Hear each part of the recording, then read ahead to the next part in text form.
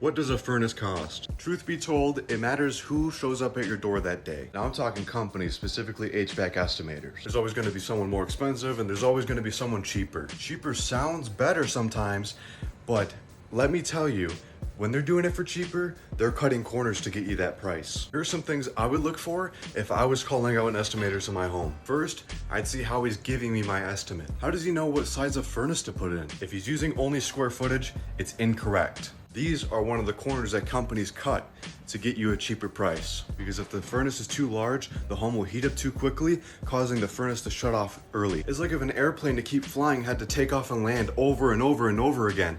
What's that cause? Strain on the parts. What else does that cause? Strain on the heat exchanger. This is where the fire builds. This is where the fire goes and gets exhausted through these tubes. When that heat exchanger inside there expands with heat and contracts with cold, over time that's going to cause cracks. These cracks can lead to carbon monoxide emissions going into your home, going into your space, giving you headaches, potentially being very hazardous. Studies show that up to 90% of systems are improperly sized. This is because of the laziness in the HVAC industry and the greediness for money.